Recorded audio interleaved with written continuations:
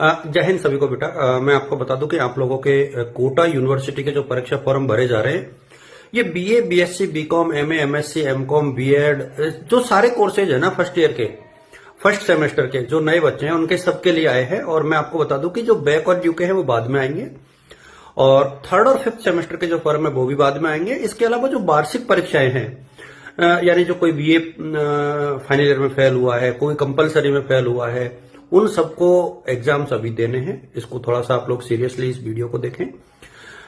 दूसरा एक चीज ये भी है कि आप लोगों के जो पेपर हैं वो मेरा अनुमान ये कि 26 जनवरी के बाद कभी भी शुरू हो जाएंगे। आप लोग को इसी को कट ऑफ डेट मान करके चले। परीक्षा की तिथियां उसके बाद ही आएंगी। थर्ड और फिफ्थ सेमेस्टर के जो फॉर्म हैं वो मुझे लगता है कि शायद जनवरी के फर्स्ट वीक में आएंगे, और 31 दिसंबर तक सारे रिजल्ट कोटा यूनिवर्सिटी घोषित कर देगी। Thank you so much. Thank you.